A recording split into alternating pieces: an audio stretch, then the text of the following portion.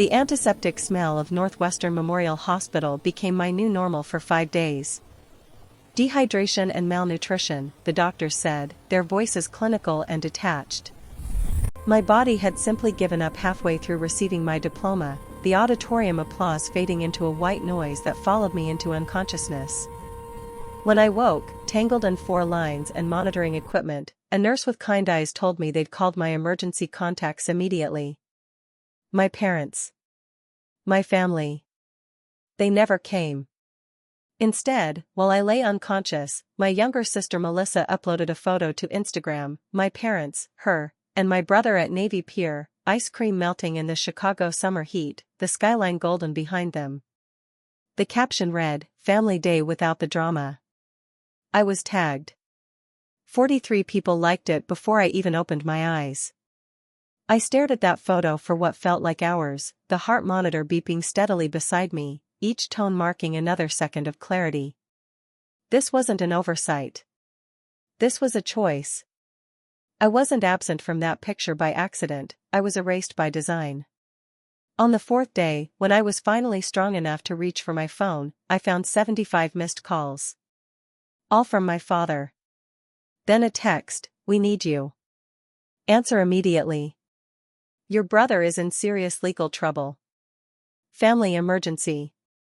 I turned the phone face down on the bedside table and asked the nurse to adjust my morphine drip. That night, as Chicago hummed outside my window, I made a decision that would reshape everything. I would never answer those calls. And I would find out why they'd destroyed me 3 years ago with a lie so devastating that even now, cleared and vindicated, my name still carried whispers. But I didn't know then that my search for truth would lead me to Dr. Marcus Reid, or that he would become both my salvation and my impossible choice. 3 years earlier, I'd been a different person. Naive, maybe. Certainly trusting. I was 21, a senior at Northwestern studying journalism, and I'd stumbled onto something I wasn't supposed to see, financial documents in my father's study showing irregular payments from Callahan Medical Group, the pharmaceutical company where he sat on the board of directors. I'd asked him about it. Just asked. A simple question over dinner, "Dad, what are these payments for?" The temperature in the room dropped 30 degrees. Within a week, money vanished from my bank account, money I'd saved for grad school, money from my grandmother's inheritance that my parents had helped me manage. Within 2 weeks, I was accused of stealing prescription medications from my mother's medicine cabinet and selling them on campus. Within 3 weeks, campus security found pills in my backpack that I'd never seen before, and I was expelled pending investigation. My parents told everyone I'd had a breakdown. That I was using drugs. That I'd become unstable, paranoid, accusing my own father of crimes he'd never committed. My siblings stopped returning my calls. My friends disappeared. Even my roommate requested an emergency housing transfer. The police investigation cleared me eventually, there was no evidence I'd sold anything, and the pills in my backpack had my mother's fingerprints on them, not mine.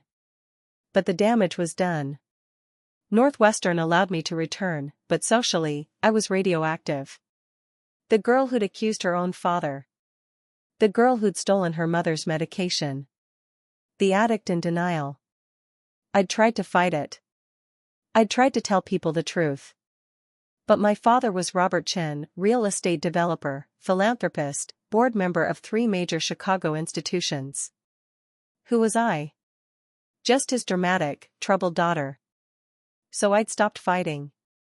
I'd put my head down, finished my degree in isolation, and collapsed at graduation because I'd been surviving on coffee and vending machine food for months, working 3 jobs because my parents had cut me off completely. And now they needed me. The irony would have been funny if it didn't taste like ash.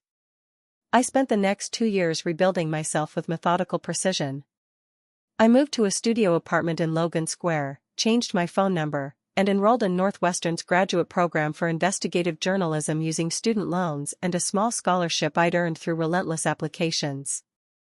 I worked as a fact-checker for Chicago Tribune at night and attended classes during the day, sleeping 4 hours if I was lucky. But I was also investigating. Quietly. Carefully. Using every skill I'd learned in my journalism program, I started digging into Callahan Medical Group, my father's involvement, and those mysterious payments I'd seen. What I found was worse than I'd imagined. Callahan had been running unauthorized drug trials at low-income clinics across Chicago, testing medications that hadn't been approved for human use. My father, along with 3 other board members, had been receiving consulting fees to facilitate access to these clinics through his real estate connections. When patients suffered adverse reactions, and some had died, the company buried the reports and paid settlements with NDAs attached. I'd stumbled onto evidence of a criminal conspiracy, and my family had destroyed me to keep it quiet. The proof was there, scattered across encrypted emails, financial records, and sealed court documents I'd obtained through sources I'd cultivated carefully. But I needed more. I needed testimony from someone inside Callahan. Someone who could confirm what the documents showed. That's how I found myself outside Dr. Marcus Reid's office on a gray November morning, clutching a folder of evidence and rehearsing an introduction I'd practiced 50 times. Dr. Marcus Reid was not what I expected. The file I'd compiled on him showed a distinguished career. Johns Hopkins Medical School, residency at Mayo Clinic, current position as head of clinical research at Callahan Medical Group. His published papers were meticulous, his reputation sterling. In every photo, he looked exactly like what he was, a serious man doing serious work. But the man who answered his office door looked exhausted. His tie was loosened, his dark hair disheveled, and his eyes, deep brown, I noticed, held something raw that made me hesitate. Dr. Reid? I'm Elena Morrison. I contacted you about an interview for my graduate thesis on clinical trial ethics. I'd changed my name legally 6 months ago. Elena Morrison felt clean, uncomplicated. Ava Chen carried too much weight. Right, yes. Come in. His voice was warm despite his obvious fatigue. Sorry for the mess. It's been a difficult week. His office was small but organized, walls covered with medical certifications and family photos. A coffee mug that said "World's Okayest Doctor" sat on his desk beside a framed picture of an elderly woman with kind eyes. Your mother? I asked, gesturing to the photo. Something flickered across his face. She passed 3 months ago. I'm sorry, I said, and meant it. She was sick for a long time. But thank you. He settled into his chair, studying me with an intensity that made my skin prickle. So, clinical trial ethics. That's a heavy topic. What angle are you taking? I'm interested in the gap between protocol and practice, I said carefully. What happens when institutions prioritize results over patient safety? You mean what happens when people cut corners and patients die? His bluntness surprised me. Yes, I said. Exactly that. He leaned back, something guarded entering his expression. Why do I get the feeling this isn't just academic interest? I'd prepared for this moment. I pulled out a single document from my folder, a financial record showing payments from Callahan to my father's company, with Dr. Reid's signature on the approval form. His face went pale. Where did you get this? He asked quietly. Does it matter? It matters because if you're going to destroy me, I'd like to know who sent you. He stood, walking to the window, his back rigid. Let me guess. Robert Chen? Did he hire you to dig up dirt on everyone who might testify against him? My heart stopped. Testify against him?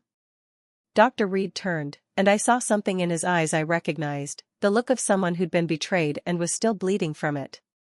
The FDA investigation, he said. You don't know? Or you're pretending not to know? I don't know, I said honestly. Tell me.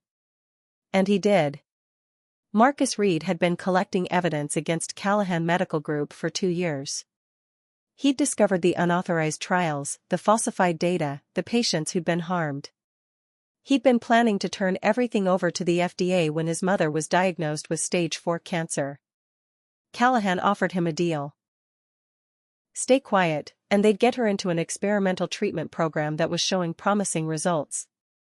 Speak up, and she'd be on her own. I took the deal, he said, his voice hollow. I signed the approvals. I kept my mouth shut. And she got 6 more months. 6 months where she wasn't in pain, where she could still recognize me, where I got to say goodbye properly. He laughed bitterly. But she died anyway, and I'm left with the knowledge that I helped them hurt people. That's not the same thing, I said quietly. Isn't it? I knew what they were doing. I had evidence. And I chose my mother over doing the right thing. You chose your mother over your career and your freedom. That's not a moral failing. That's being human. He looked at me then, really looked, and something shifted between us. Recognition, maybe. The understanding of one wounded person seeing another. Why are you really here, Elena? He asked. What do you want from me? I took a breath. I want to expose them. All of them. Callahan, the board members who enabled this, everyone who profited while patients died. And I need your testimony to do it. Why? He pressed. What's your stake in this? Because they destroyed someone I love, I said, the lie coming easily. I couldn't tell him the truth. Not yet. Not until I knew I could trust him. And I want them to face consequences. Marcus studied me for a long moment, then nodded slowly. Okay. I'll help you.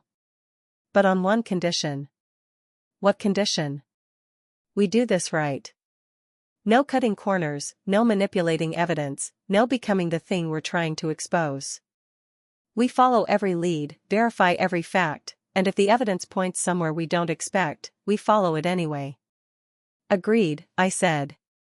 We shook hands, his palm warm and calloused, and I felt something dangerous unfold in my chest. Not just relief at having an ally, but something more complicated. Something I couldn't afford. Over the next 3 months, Marcus and I worked together almost daily.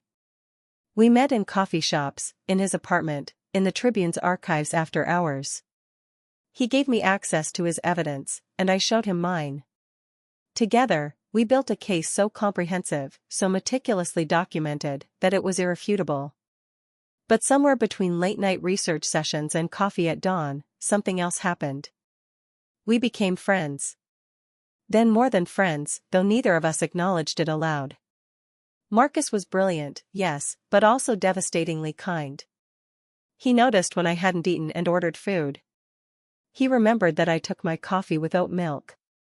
He asked questions about my life, the fake life I'd constructed as Elena Morrison, and listened to my answers like they mattered. And he was honest in a way that was almost painful. I dream about the patients sometimes, he told me one night, surrounded by case files in his apartment. The ones who died in the trials. I didn't know them personally, but I see their names in the reports, and I imagine them as people. Parents. Kids. Someone's favorite person in the world. And I think about how I could have stopped it sooner. You're stopping it now, I said. Is that enough? I don't know, I admitted. But it's something. He looked at me across the scattered papers, his brown eyes reflecting the desk lamp's glow. Who did they destroy, Elena? The person you're doing this for. I'd known this question would come eventually. My sister, I said, the lie tasting bitter. She was in one of the trials. She died from the complications. It wasn't entirely untrue. The person I'd been, Ava Chen, had died from this. Just not physically. I'm sorry, he said quietly. I'm so sorry. It's not your fault.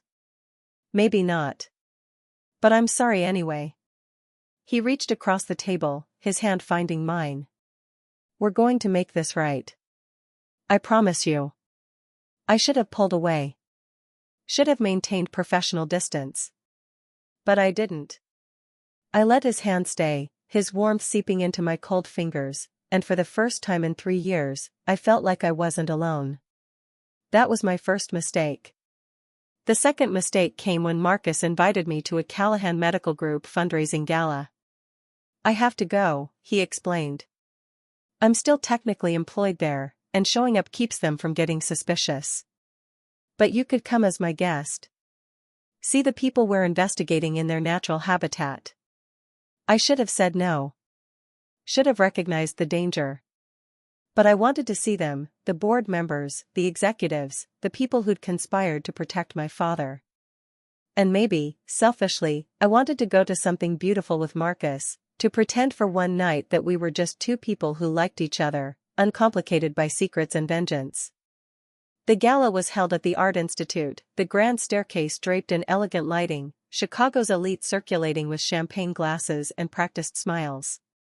Marcus looked uncomfortable in his tuxedo, tugging at his bow tie. "I hate these things," he muttered as we entered. "Try to look less like you're attending a funeral," I teased. "I'm attending a celebration of an organization I'm about to destroy." "It feels a lot like a funeral." We made it through cocktail hour without incident, Marcus introducing me as a colleague whenever we encountered someone from Callahan. But then, as we moved toward the dinner tables, I saw him. My father. He stood near the bar, laughing at something a woman in a red dress said, looking exactly as I remembered, confident, charismatic, completely at ease. My mother stood beside him, elegant in navy silk, and I saw Melissa and my brother Kevin in the background, both dressed for the occasion. The room tilted. My breath caught in my throat. "Elena?" Marcus's hand was on my elbow, steadying me. "What's wrong? You look like you've seen a ghost." "I need air," I managed. "Just, give me a minute." I fled to the terrace, the November wind biting through my dress. My hand shook as I gripped the railing, trying to breathe, trying to think. My father was here. Of course he was here, he was on Callahan's board. I'd known that intellectually, but seeing him in person, seeing my family together after 3 years of silence, felt like being punched in the stomach. Marcus found me a few minutes later, his jacket draped over his shoulders. He took it off and wrapped it around me without speaking. "Thank you," I whispered. "Do you want to leave?" he asked gently. "No. I'm okay. Just needed a moment." "Elena." He turned me to face him, his hands on my shoulders. "Talk to me. What just happened in there?" "I saw someone I didn't expect to see," I said carefully. "Someone who hurt you." "Something like that." His jaw tightened. "Point them out, and we'll leave." "You don't have to be in the same room with someone who hurt you." "It's complicated," I said, and it was. How could I explain that the man who hurt me was the same man whose crimes we were documenting? That my entire investigation was personal in ways Marcus couldn't imagine? "Then uncomplicate it," he said. "Because I'm standing here watching you fall apart, and I don't know how to help you." "You're helping by being here," I said honestly. "That's enough." He studied my face in the dim light, then pulled me into a hug. I let myself lean into him, breathing in the scent of his cologne, feeling his heartbeat steady against my ear. "Whoever they are," he said quietly, "they don't get to take any more from you. We're almost done with the investigation. Soon everyone who hurt people will face consequences. Including whoever hurt you." I closed my eyes, guilt washing over me. He didn't know. He had no idea that the person we were investigating was my father, that Elena Morrison was a carefully constructed lie, that every moment between us was built on deception. "Marcus," I started, but he kissed me before I could finish. It was soft, tentative, a question more than a statement. And I kissed him back because I was tired of being alone, because he made me feel safe, because for one moment I wanted to forget everything and just be a woman kissing a man who looked at her like she mattered. When we pulled apart, he smiled, boyish and genuine. "I've wanted to do that for weeks," he admitted. "Me too," I whispered, and it was the truest thing I'd said to him. We submitted everything to the FDA 2 weeks later. Hundreds of pages of documentation, testimony from patients who'd been harmed, financial records showing the conspiracy, Marcus's internal evidence from Callahan. It was comprehensive, damning, impossible to ignore. The investigation began immediately. Federal agents raided Callahan's offices. Board members were called to testify. The story broke in every major newspaper, and suddenly everyone knew what I'd spent 3 years trying to prove. My father was arrested on a Tuesday morning. I watched it happen on the news from my apartment, Marcus beside me on the couch. They showed him being led out of his office in handcuffs, my mother crying beside his lawyer, reporters shouting questions. "We did it," Marcus said quietly. "It's over." But it wasn't over. It was just beginning. Because that afternoon, my phone rang, my old phone, the number I'd kept but never answered. My father's number. I stared at the screen, my heart pounding. "Are you going to answer?" Marcus asked. "I don't know," I admitted. "It might be important. He's probably looking for legal advice, character witnesses. You're under no obligation to help him, but..." "He's my father," I said, and watched Marcus's expression shift from confusion to shock to understanding. "What?" "Robert Chen. The man we just destroyed. He's my father." The silence that followed was deafening. Marcus stood, pacing to the window, his hands shaking. "You're Ava Chen. Not Elena Morrison. You lied to me. You've been lying to me this entire time." "Yes," I said, because there was no point in denying it. "Why?" His voice was raw. "Why didn't you tell me?" "Because you never would have helped me if you knew," I said. "You would have thought I was biased, that I was trying to get revenge, that I couldn't be objective." "You were trying to get revenge," he shouted. "This whole thing, working with me, the investigation, everything, it was all just a way to destroy your father." "To expose the truth," I corrected. "The evidence is real, Marcus. Everything we found, everything we documented, it's all true. My personal motivations don't change that. They change everything." He turned to face me, and I saw betrayal written across every line of his face. "I trusted you. I told you things about my mother, about my guilt, about my mistakes. I let myself care about you. And the whole time, you were using me." "I wasn't using you," I said desperately. "Not like that." "Yes, I needed your testimony. Yes, I had ulterior motives. But everything between us, that was real. My feelings for you are real." "How can I believe anything you say?" he asked quietly. "You've been lying since the moment we met. Your name, your history, your reasons for being here. What else did you lie about?" "Nothing else," I said. "I swear, Marcus. Everything else was true." He laughed bitterly. "I don't even know who you are." "Yes, you do. I'm the person who sat with you through dozens of late nights. The person who listened to your stories about your mother.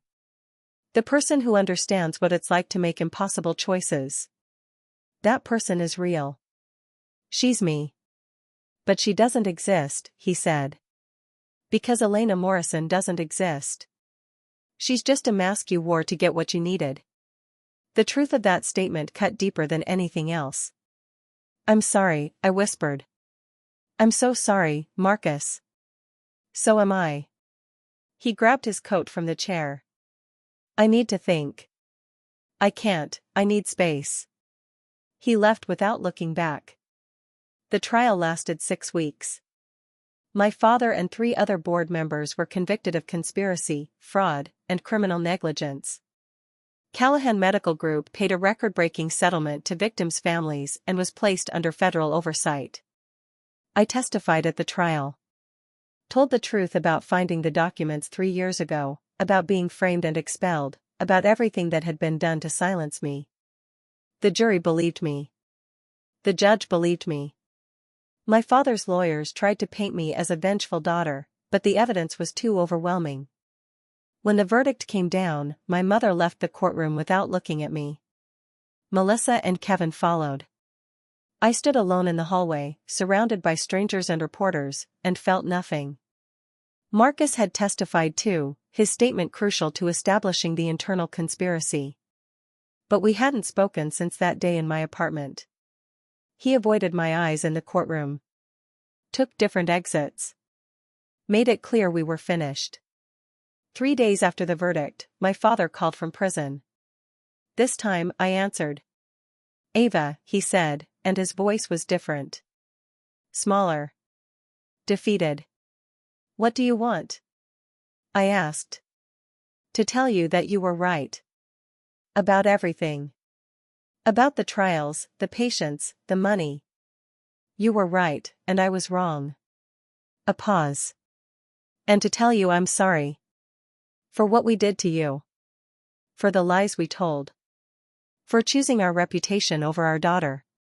"Okay," I said. "That's it? Just okay? What else do you want me to say?" I asked. "That I forgive you? That we can rebuild our relationship?" "I don't know if I can do that." "I'm not asking you to," he said. "I just wanted you to know that I see it now. What we took from you. What we destroyed. And I'm sorry." "I appreciate that," I said, and meant it. "But sorry doesn't fix 3 years of my life." "No," he agreed. "It doesn't." We sat in silence for a moment, the prison phone line crackling softly. "For what it's worth," he said finally, "I'm proud of you. For surviving. For fighting back. For becoming someone who couldn't be silenced." "It's worth something," I admitted. "Not everything. But something." Marcus finally called me 6 weeks after the trial ended. "Can we talk?" he asked. "In person?" We met at a coffee shop in Wicker Park, neutral territory for both of us. He looked different, lighter somehow, like he'd put down a weight he'd been carrying. "I've been seeing a therapist," he said after we ordered. "Dealing with the guilt about my mother, about Callahan, about everything. And we talked a lot about you." "What did you conclude?" I asked. "That I was angry you lied, but I understood why you did it. That what you did was manipulative, but it was also necessary. That people who've been betrayed and abandoned sometimes have to lie to protect themselves while they're still vulnerable." He stirred his coffee absently. "And that I miss you. Even though I'm still hurt. Even though trust is going to be complicated." "I miss you too," I said quietly. "But I understand if you can't forgive me. What I did, using your testimony, letting you care about me while hiding who I was, that wasn't fair to you." "No, it wasn't," he agreed. "But you were trying to survive. To get justice. And I can't hold that against you when I understand what it's like to make impossible choices for people you love." "So what now?" I asked. "Now we start over. If you want to. Elena is gone, that version of you who existed for the investigation. But I'd like to get to know Ava.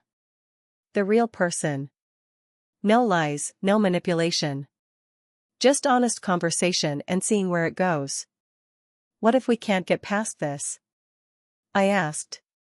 "What if the foundation is too broken?" "Then we'll find out together," he said simply. "But I'd rather try and fail than spend the rest of my life wondering what we could have been." I looked at this man who'd helped me expose the truth, who'd been wounded by my deception but was still willing to extend trust, and felt something shift in my chest. Not the desperate, hungry need for validation I'd carried for years, but something quieter. Something like hope. "Okay," I said. "Let's try."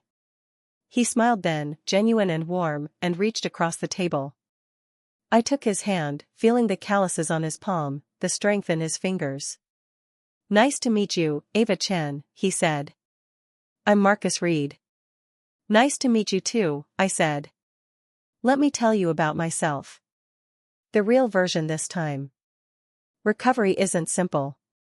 It's not a clean narrative arc from betrayal to justice to happiness. It's messy and complicated, filled with setbacks and hard conversations and moments when old wounds ache despite the healing. My family and I are still figuring out what we are to each other. My father serves his sentence. My mother sends occasional emails I sometimes answer. Melissa and I meet for coffee once a month, both of us trying to build something new from the ruins of what we were. Marcus and I are figuring it out too. Some days are easy, laughter over dinner, comfortable silence while we read on his couch, kisses that taste like trust. Some days are hard, moments when he pulls away, when I see suspicion in his eyes, when we both remember that our relationship was born from deception. But we're trying. We show up. We tell the truth, even when it's uncomfortable. We choose each other, day after day, not because it's easy but because it's worth it. I learned that justice doesn't erase pain. Exposing the truth didn't heal the girl who collapsed at graduation and woke up alone. But it gave her back her voice. Her power. Her right to exist in the world without carrying someone else's lies. And I learned that forgiveness, both giving it and receiving it, isn't weakness. It's not excusing harm or pretending betrayal didn't happen. It's choosing to put down the weight of anger and see what grows in its place. When my father called from the hospital, desperate and demanding, I finally said no. And that no became the foundation for every yes that followed. Yes to truth. Yes to healing. Yes to love that's complicated and imperfect but real. So when people ask if revenge was sweet, I tell them the truth, revenge wasn't the goal. Justice was. And justice, when it's real, doesn't taste sweet or bitter. It tastes like freedom. And freedom, I've learned, is the only thing worth fighting for.